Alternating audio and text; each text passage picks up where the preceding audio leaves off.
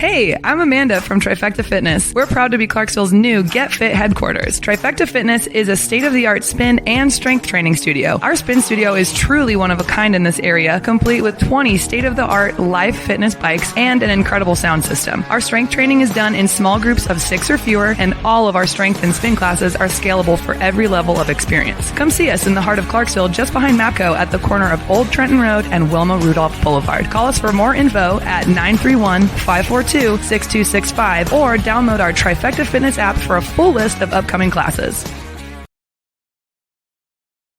Welcome back.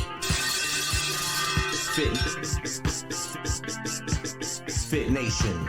MisFitNation.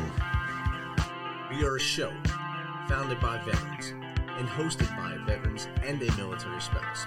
Our mission is to get people to tell their story to the world. If you're an author, share your tips with the Misfit Nation. If you're a musician or actor, our audience needs to know how they too can get into the business. Coaches, we love our coaches. Come on, share some of your tips with the audience to help them become better versions of themselves. If you're a corporate leader or an entrepreneur, come on and share how you did it and how hard you have fought for success. If you're a veteran, first responder, or Gold Star family, we would love to have you come on and just share your story with the Misfit Nation. We always have time for you. Reach out, we will get you on. If you are feeling down, alone, or starting to see the darkness, stop. Think about those who are around you. You are not alone. You will be missed. If you feel like your problems will be a burden to those in your inner circle, or are embarrassed to share that with them, please dial 988. If you are a veteran, take option 1. We need you to keep pushing forward. Don't make it a permanent solution to a temporary problem. If you're a new listener,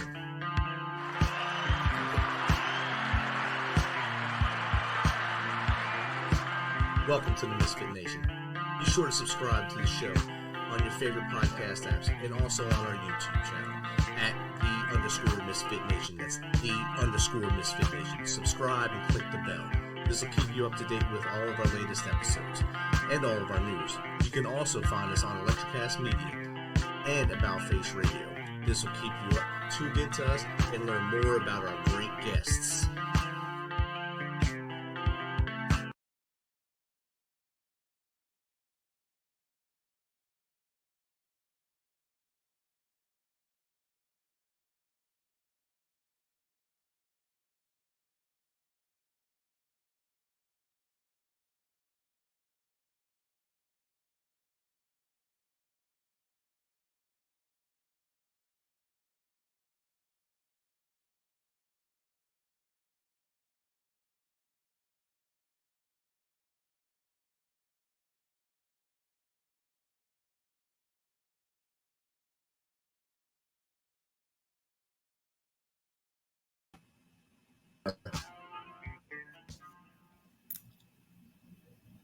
Welcome, Laura. How are you? I'm good. Rich, I'm grateful to be on here today.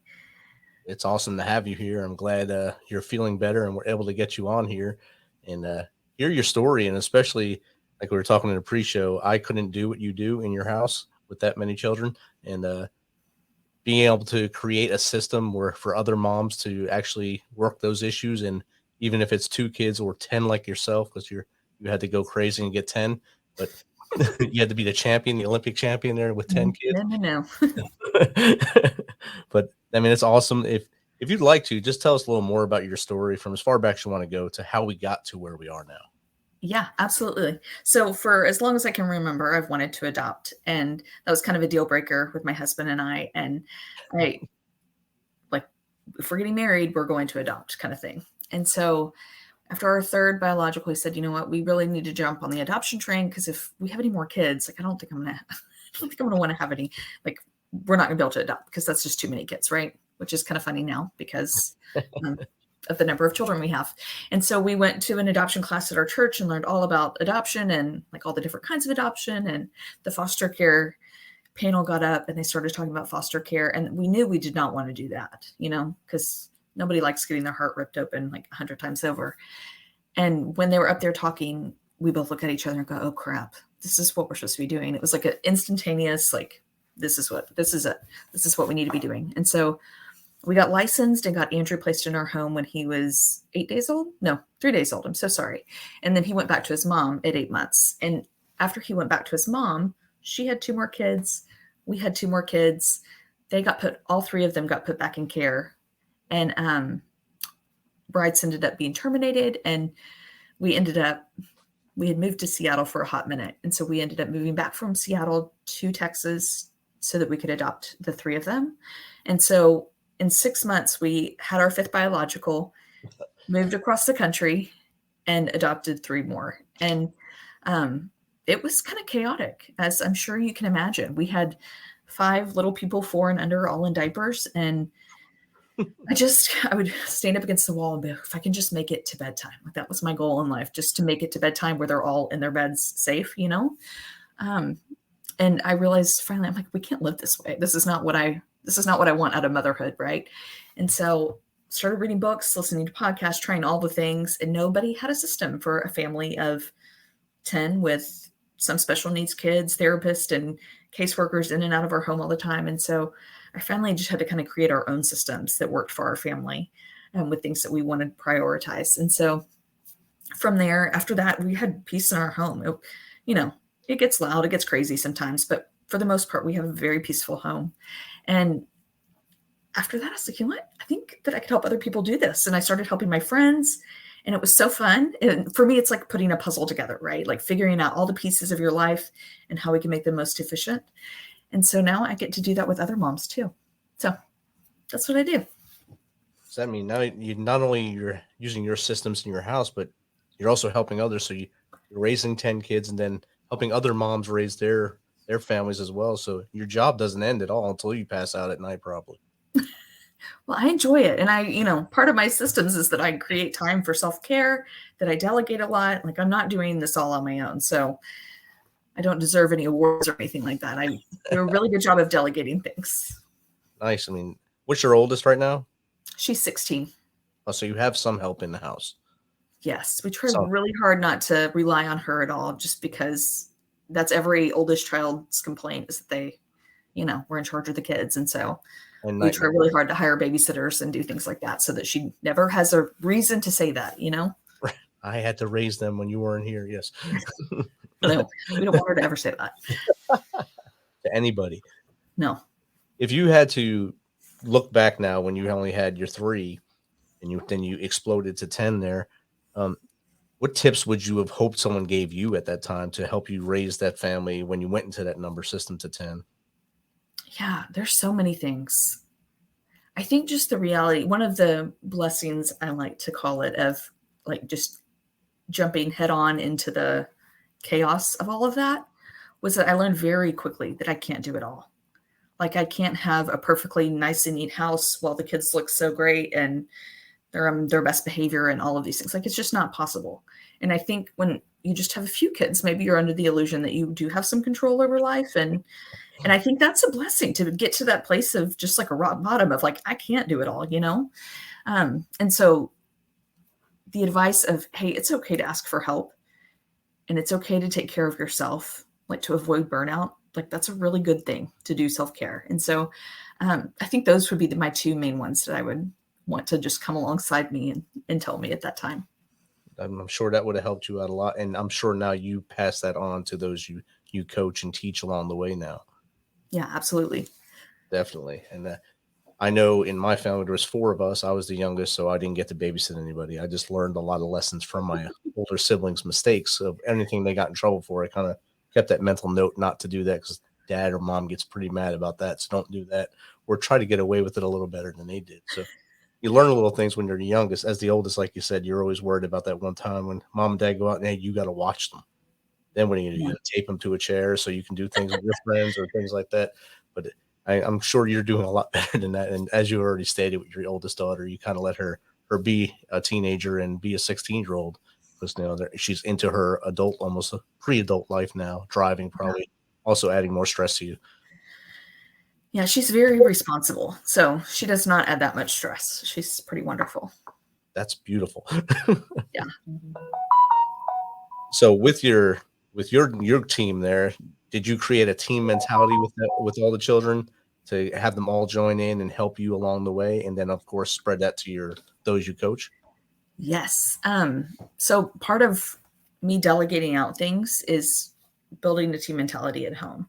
And so I'm not doing everything by myself. And so one of the ways that we do that is everybody has very specific expectations. So chores, and not only like assigned expectations, but then expectations of what those assignments should look like, right? And how they should execute on them. And so one of my favorite things to talk about is our 5 o'clock jobs. And we have an alarm set for 5 p.m. and it's super easy. Like this is nothing profound, right? But I will often forget to feed my people. Like just because, you're like, oh shoot, it's 7 o'clock. Nobody's eaten. It's time for bed. Like, and this is a common thing among moms, I think. It's not just me, but you just kind of get carried away with the day and you realize how late it is. And you're like, I need to feed people. I need to get them to bed. Like, so I set the alarm, and that's when I go into the kitchen and prep dinner. And at that same time, the kids hear the alarm. I announce 5 o'clock jobs, and then they come in and they each have a job. One, to help get ready for dinner. So that could be setting out silverware on the table or getting drinks ready or whatever. And 2, they each have a zone. So my goal with the zones is that when I go to bed at night, the house is picked up. So I'm not going around and picking up things, but everybody has had their chance to be in charge of their thing. So it could be like the living room or the Legos or whatever, but they're in charge of cleaning that up. And then 3, they're ready for school for the next day. So lunch is packed, clothes laid out, shoes, glasses, everything by the front door so that they're ready to go. That's outstanding. I couldn't get my one daughter to do that, or now granddaughter. So I guess I wasn't really home much with her when she was growing up. So I can take some of the credit off of me on that one. Yeah. And it's great because as a mom, like instead of being in there trying to do dinner and just being kind of ticked off and bitter that I'm doing everything and the kids are in there making a huge mess of the room I just cleaned up, Right. we're all working together. And it's just this beautiful picture of what a family is supposed to look like. So once you started getting the system in place and getting them to do their chores at the 5 o'clock, like the 5 o'clock jobs thing, I wrote that down. And did you start to see that you found more space for you to actually do that self-care and then able to perform that up for yourself? Yeah, absolutely. How long did that take? Not long, because let's take the 5 o'clock jobs, for example. After dinner, everybody has their assignment of what they're supposed to be doing, right? So kids are clearing the table. So I'm not in there all night long, like doing dishes, putting dishes away, picking up toys, like all the things that I used to fall into bed, like I had to do before I fell into bed.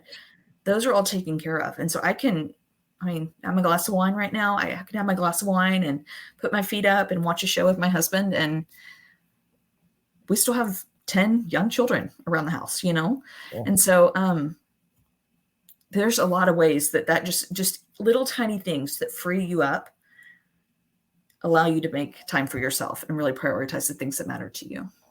And that's awesome. It's an awesome feat. And having the team and to work together, and your husband's the other part of the team there. So, I know both of you worry about their upbringing and worry about their well-being all day long. And I'm not sure if he works from home or if he's off at work during the day while you're corralling the house up, and then he comes home and helps out when he gets home. But having both of you on board is very important in the whole system, I bet. It definitely is. I'm sure that helps you in your mindset say, all right, you're with me 100% on this, and we're going to make this work out. Yeah. And there's times for our roles, he's really good at being like, let the kids do it. Like they're capable of doing it. Don't take away their heart. And I'm like, oh, but he's had a hard day. And I'll try to do stuff for them. And so he's really good about reminding me that they're capable, and it is good for them to have responsibilities, and it's good for them to stumble and fail. And this is a safe place to do that. So that's always good. It's like yin and yang. So it's good. Yeah. So he takes away they're going to get hurt. It takes it away. I'm them kind of like him, where they got to fall and get hurt. If they don't get hurt, they're never going to understand. So bleed and come back. We'll tape you up. You'll be all right. I learned that the hard way. So as humans, to learn a new task or learn something new, you got to do it for, say, 21 days straight to get that into your mind to do it. How do you get them to create rhythms and routines and their newfound ways to do things in, say, a week or so? Our kids? Anybody, even if the people you're coaching. Yeah. So I like in setting those really clear expectations, I think that needs to happen in some, not a formal setting, but we call it team meetings at our house, right? So we'll all sit around the table if we're like launching a new system or we're switching up chores, which we do that very rarely because I like to have consistency and I feel like it takes more work for me if things aren't consistent. It takes more work for the kids. There's more arguing involved, all of those things. So to eliminate that, I love consistency. So when we do, like if it's summertime now and we have more kids home or whatever, we're going to sit down and have a team meeting and we kind of go over everybody's responsibilities, what's required of them. I have it all on a chart. So each kid has their own chart with like a character on it that they're excited about, which is kind of key because they get really excited about their charts, especially if there's like Spider-Man or Marvel or something on it, right? I don't think I said that properly. Any Marvel character. Yeah, there you go. There you go. So they're super excited about their charts, and we already have that rhythm built in of, hey, 5:00 we're doing this, and so then they just have their charts, and they know I can go look at my chart and figure out what I need to do. Or after a while, they kind of gather what those are supposed to be. Like it doesn't take long for them to pick onto those things just because we have been doing it for so long. That's awesome, and I like the character thing because especially younger kids, they need to see something that they gravitate to, or it's like a magnet to them, or like Elsa for a lot of young girls now. Frozen is still the thing. I still don't understand it, but it's the thing. You just got to let it go and let them do what they do, run around in little blue dresses and throw freeze bombs at you. But that's something that we learn as adults, that sometimes you just got to let them have that thing they love and let them be happy about it. And I think that's perfect to have them have that on their task list, and they go to that and say, hey, Spidey or the Marvel character or Elsa, if that's one of them that are on there, they can go up there and be happy and do their job. And if adults would work like that, it'd be great. It would. Well, I think we do work better when we have a cute planner or cute something. Like I'm much more inclined to do it, to check it off if I have something aesthetically pleasing. So, I mean, I think it's worth it. See, it's worth it. See, we'll have to remedy that one too. Get more eye appeasing things for us to look at instead of marble notebooks like I have. Yeah. When you were creating Mama Systems, when that light bulb came in your head, how long did it take you from idea to launch? A month. I had kind of a month run. I mean, we are just very slow. I put in the paperwork, kind of coach friends, started out with like 10 clients, just very slowly, but decided November that I wanted to do it, I guess. And then took all of December to kind of build suspense and then launched like December 28th. So, I mean, it's still not, you said it's slow, but a month is not long from concept to launch. That's pretty good, actually. For most entrepreneurs we talk to, it's usually I have an idea in January and by December I'm launched, because I wanted to get every duck in a row before I started. Every piece of paper had to be perfect, and I had to get it out there. So. Yeah, I don't operate that way. And maybe I should. Maybe my life would be better, but I'm more of a let's do it. Like, what's taking us so long, I didn't like the idea of holding it out for a month. I was ready to rock and roll the moment I thought of the idea. So you were already twitching at as soon as you had the concept in your head.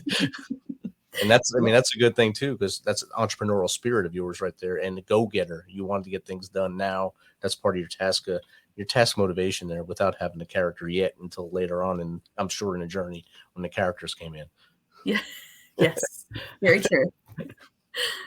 So what has been your biggest challenge with the business side of it, not the family side, the business side of it? Yeah, I think just the business part of it. Like, I love the people, I love the coaching, but then all the like fine print stuff, I don't do that well. And that, like, I think of taxes and forms and things like that I'm like, oh, well, let's outsource. I just hire somebody out, right? Yeah.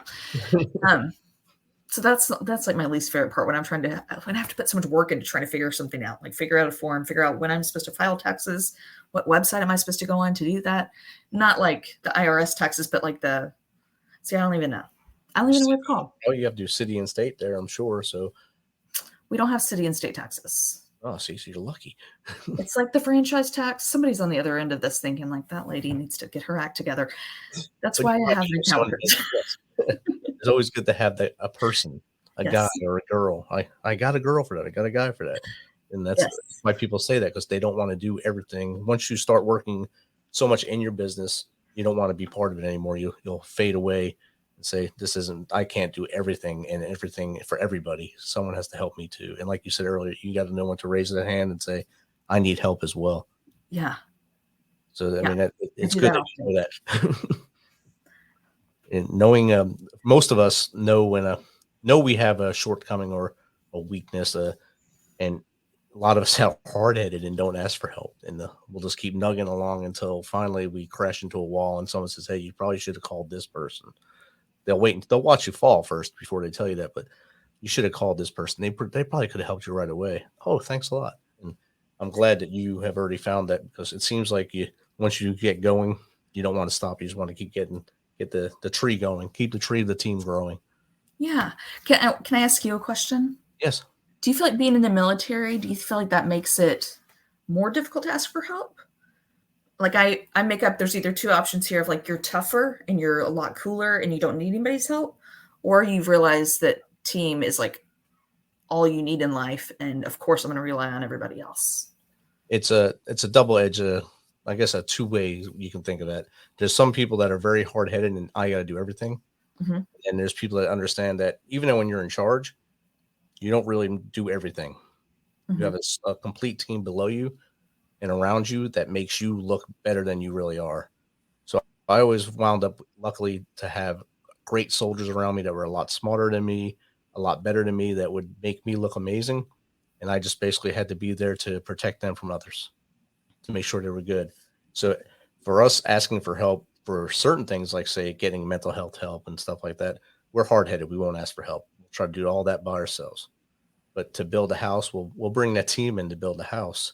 But to keep our own house built or our own head built, we will not ask for help until it's probably knocking on the door saying, hey, I'm going to the doctor now because I think I'm down. And that's the hard part of the military mind. So if that helps you. Yeah, it's just interesting. Yeah. It's a mindset thing. And the longer you're in, the more some guys and gals get more and more hard headed in, because it just happens. I'm not sure if it's just a metamorphosis of being around other hard-headed people. But I kind of came in hard-headed because I grew up where I grew up. And then as I grew in the Army, I kind of matured a lot more, being around other people and from all over the country and learning different leadership styles, learning different ways of doing things. So as a young leader, I was probably horrible. As I got older, I got much better at asking for help and delegating a lot more and just sitting back and relaxing and watching the show. Which one do you feel is more life-giving to you? I think the delegating, sitting back, relaxing, and watching the show. Okay. Because you get to watch those who you're teaching, coaching, and mentoring become you and pass you and fly by you and do better things for the world right now. I love that. So it's more Thank you for fulfilling. sharing that. No problem. That's what I'm here for. Now I'm on your show. See? What other area are you passionate about besides your business, besides your family? What else do you find passionate, or hobbies? Or Yeah. do you have time for hobbies? I do. I love hanging out with my friends. I love gardening. I love, I try really hard to be a woodworker. I'm not good at it at all, but I really enjoy it.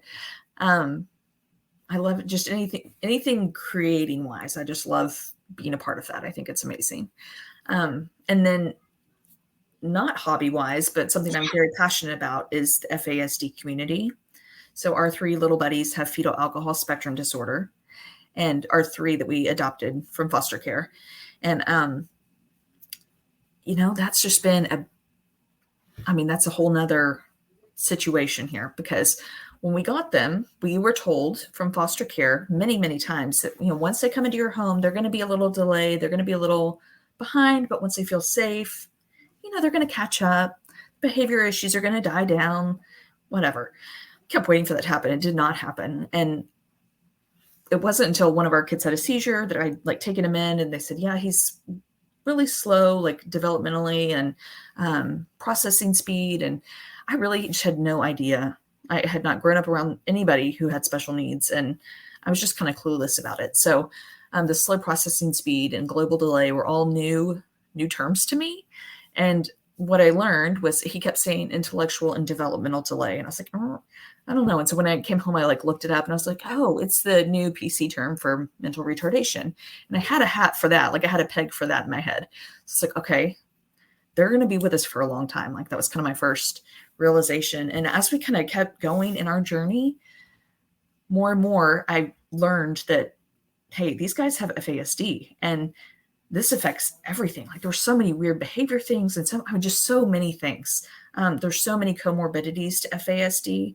So autism, bipolar, schizophrenia, depression, anxiety, IDD, like you name it, you get it with FASD. And it's a lot. So I found that there's not many resources out there for families who have kids with FASD. There's not education in the foster care systems. There's not services in the government. There's like rarely doctors who will even diagnose it, but there's not many clinics. Like there's a handful in the whole country. I mean, there's none. Like we just need more services, need more people who know what this is. Because we have behaviors and we have things that I'm like trying to explain to teachers and police officers, and they're like, what is that? Can you explain that to me again? And you're like, gosh, guys, you should know this already. All that to say, I feel very passionate about FASD and educating others. And we're trying to get a clinic up here in the Dallas area because we had to go over to California to get a diagnosis for our kids. Wow. Which is ridiculous because it's Dallas and it's Texas. Like there should be something here, right? Right. There's not. Wow. Thinking something closer like St. Jude's in Memphis or something like that, or Vanderbilt here in Nashville. Yeah. Well, I mean, we have a St. Jude's, we have a great children's hospital, but nothing FASD. Wow. And the really sad thing about that is that FASD is 2.5 times more likely than autism. Wow. 1 in 20 children in our school systems have some form of FASD. This is according to the CDC. So if you want to look that up, you can get more information, educate yourself. It's all around us. Our prison systems are full. The streets are full, like the homeless population. It's a big problem, and we are not addressing it as a nation, and we need to be. It seemed like when you were going through the adoption process, they kind of like sugarcoated it for you to make it seem like it wasn't that bad of a thing for you. So because they were afraid you might not go through, or someone probably did not go through an adoption because of that prior. So if we want these kids to get a home, we have to sugarcoat everything because we don't want to tell them what really can happen. And the sad thing is that if you're on the other side of it, and I'm like, we're not sending them back anywhere. Like we're committed to these kids, right? But it would have been really nice to know, because what happens, their behavior's not changing. And you said that when I do X, Y, and Z, provide them a safe home, try to connect with them, give them everything they need, they're going to catch up. But I provided those things and they're not catching up. So I must be doing something wrong. This has to fall on me. This is my fault. And so then parents start doubting themselves and their qualifications for even raising this child. And that's when you have like the unadoptions and all of those things. So I get kind of fiery, and I'm so sorry. That's good. That's what we look for. We look for passion here. And, I never had someone talk about FASD before like this, and I didn't know that there was no care. You had to go so far to get actual diagnosis and maybe a care plan for like going all the way to California from Dallas. California is a whole other world compared to Texas. So getting out there and finding a doc that's going to say, yes, this is what it is, and this is what you're going to deal with, or maybe this is the kind of care you're going to have to look for. And that's ridiculous that you have to go that far. And hopefully through your efforts of advocacy for it now, maybe it'll help open some eyes and maybe get more care in more places so people don't have to travel that far to maybe help the ones they love. Yeah, I think that would be amazing. So I was going to ask you about the learning curve of adoption. And right there, that part of the learning curve is a very steep curve. It's almost a 90 degrees straight up for you there. What other obstacles were there in adoption that you weren't ready for that now you are gung-ho about now that you can teach, coach, and mentor about adoption? Yeah, I'm not sure that I'm the best person to talk to about this. I feel like my response should be like, be a big adoption advocate. And I think that where I've like shifted gears here is where I would say, Rich, if you want to adopt, you need to be 100% sure. Like you need to make sure that that's really what you're called to do, because it's so stinking hard. And I don't feel like this is drilled in enough. It's so hard. It is so hard.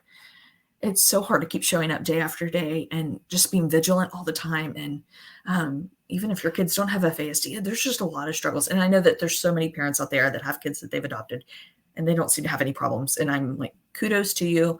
I've worked with a lot of moms that do. And so I think just being so sure about what you're called to do and having that commitment level of like, hey, I'm going to commitment to you. I'm going to be your mom no matter what, forever and ever. Like, that's not something I'm going to break. Right. Having that nailed down at the beginning, I think is so important. And I think if you go in half-heartedly, or if it's just you and not your spouse, or I mean, any number of other things, like not a good idea. Don't proceed. Go in 100% or don't go at all. That's good advice right there. I mean, we watched a movie like Instant Family with Mark Wahlberg, where he winds up adopting 3 siblings. One's a teenager and 2 little ones. And they show just the struggles while they're in the foster part of it, of dealing with the emotions of the children and the scarring from the kids, because their mom was into drugs, and what they went through watching mom on drugs, mom going to jail, and basically feeling the abandonment and getting the teddy bears from going to court bears and stuff like that. Just seeing that on the tube or on the movie theater, you see a small fraction of what you have gone through and what you and your husband have experienced. So those 3 kids finally at the end become adopted by them, and it's all lovey-dovey then. But the struggle to get them there, I mean, it's just a snapshot in the movie. You know that there was a lot of blood, sweat, and tears to get them to the point where, yes, we're a family. We're the ex family, whatever, and everything is so happy. But to get there and to keep it there is a struggle. Yeah, and you may never get there. Right. You might lose all your hair and pull it out because you're angry all the time. You don't know if you're doing anything wrong or if you're doing anything right. But no matter what you do, it doesn't work. Yeah. And I think there's a difference in like, so part of me has, just for my mental health, has had to come to acceptance of like a few of ours have reactive attachment disorder. And so there's just, with attachment disorders, you can't attach. And so coming to that realization of, hey, I'm going to show up and I'm going to love you the best way I can, but there's not going to be this attachment like I have with my biological kids, and being okay with that and still providing the best quality care for everyone in the family. And I'm so sorry about whoever's knocking on the door right now. Just having that commitment to, hey, we're going to still be a family and we can still have a joy-filled household. But I feel like that lovey-dovey connection that's often portrayed in adopted families, that's not always the feelings that you feel, you know? Right. You want to take a quick break? We'll take a quick break and we'll be back with Laura Hernandez in about 3 minutes.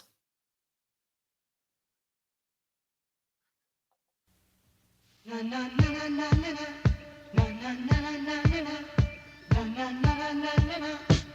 the sun goes down and the evening rolls around, that's the time I find got blue ribbon on my mind. I've got that blue ribbon on my mind. More and more lately I find I've got a taste for living. I'm thinking cold blue ribbon. I've got that blue ribbon on my mind.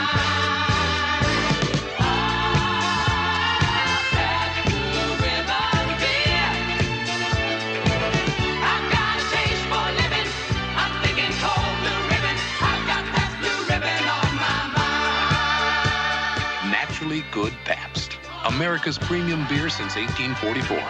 Pabst. A lot to look forward to.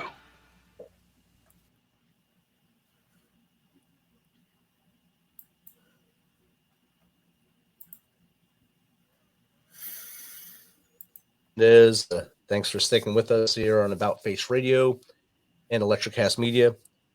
Laura, we were talking about being all in or don't do it for adoption and being passionate about what you do. And I think you shared a great story there from what you went through and the life lessons you've learned along the way can really help others. And I think what you're doing for the advocacy side for FASD, and of course, helping other moms to get to a better place is awesome.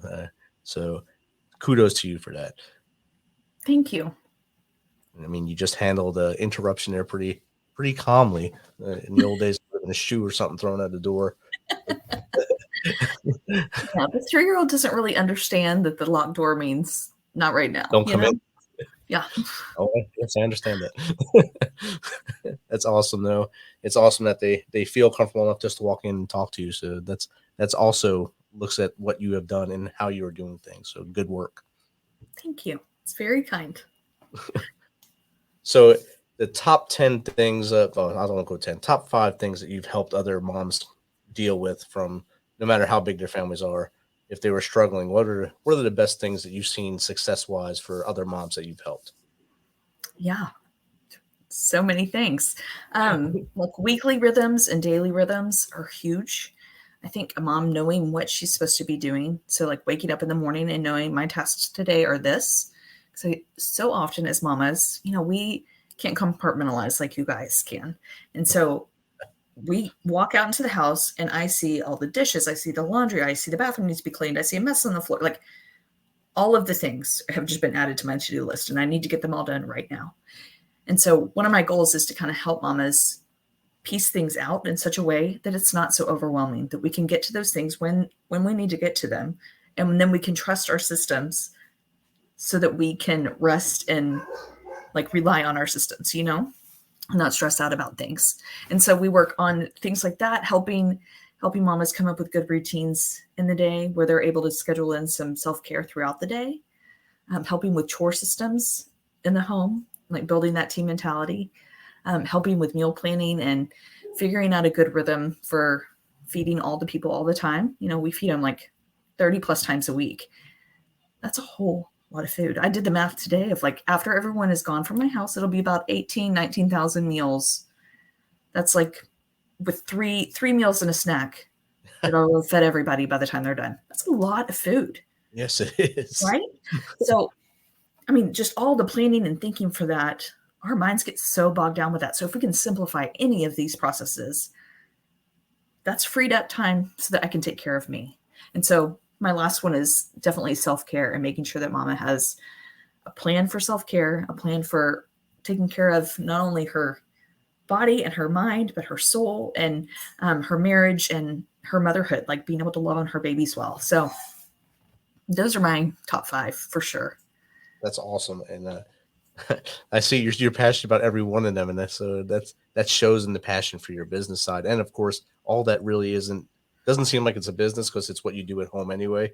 So you're just sharing your knowledge really. And your successes you've had at home, creating that piece for you. So I think that's awesome. Yeah, it's very fun. I really enjoy it. And it's fun to watch other moms they're like, this is amazing. Like, I know it's amazing. So it's really fun all the way around. Be able to breathe at the end of the day. So that's good. Yeah. Like you said earlier, like you can sit and have a glass of wine, even with all the kids still in the house. So that's awesome. Yeah, I agree. So on the other side, as an entrepreneur, a lot of people listening here they are thinking of opening businesses or they have a business and maybe they're having glitches. What's some tips you would give them to get that business going or make it better? Yeah. You know what? I just read the 12-week work year. I believe that's what it's called. Is that right? Yes. Yeah. And I am like, I'm sold. So I've been just some different books I've been reading of, never want to stop learning, never want to stop growing as an entrepreneur. And so I think that's a big piece of it is just continuing to encourage yourself, even when nobody else is encouraging you. And then also finding people who are on your team, who are encouraging you and gathering those people around that can cheer you on along the way is really helpful. Support staff is always great. And yeah. The 12-week work year is a great book. The first time I was reading it, I left it on my coffee table and my dog ate the front and back cover off and some of the first pages. So I guess she liked it also. So either that or she just doesn't like books very much or me to read. But I kept that version of it. It's still ripped up here on the counter. I love that. But that was when I first got the book, she just did not like me to read or be away from her, I guess. So that was her idea of getting back at me for reading. What kind of dog do you have? She was a lab and pit mix. Oh, okay. Now I have a full lab, a lab pointer mix, a whippet, and a lab corgi mix. Is that like 8 different dogs, or is that just like 2 dogs? It's 4 dogs. Okay. I trust you. I had 2 lab pits and then added a whippet to that. The 2 lab pits passed away, and my wife said he needs a brother to be with him, so we adopted the lab pointer. Then they needed a brother, so we adopted the lab. Then they needed a sister, so we got the lab corgi. Okay. I don't even know what a whippet is. It's kind of like a smaller greyhound. Okay. I need to look this up. Yeah, so it's kind of like an Italian racing dog. Oh. Yeah. That's fancy. He's fast. I wouldn't call him a racer, but he's fast. He's kind of lazy and American now, so he's good. So, Laura, if moms want to reach out to you to learn how to do some of your systems, or if someone just wants to reach out to you to get in touch with you and have them on on their show, what's a good way to get in contact with you? Yeah. So my website is mamasystems.net. So MAMA and then systems. And at Mama Systems on Instagram and Facebook. And then Laura at Mama Systems is my email. So super easy. Super easy. And the website is going across the bottom of the screen now. It will be in the show notes. So those of you listening on About Face Radio, if you go to our website, you will see it on our show notes. So you can get in touch with Laura and learn some systems to help you out and maybe get some tips that make your day a lot easier and let you live in peace. So Laura, thank you for taking the time and coming on, and of course being healthy enough now to come back on and knock this thing out. Yeah. I mean, COVID, that had us down for sure. And I'm sure it's rough when you have that many people in the house. Hopefully it didn't go through everybody and then back around again. It did. And there's a thing called COVID rebound that we also had. Did you know that was a thing? I did not. Wow. We looked it up. It's like, so we had COVID and then we got sick again a few days later and was like, COVID rebound is what that's called. So that had to be great. You're welcome, guys. Yeah. Thanks for sharing that.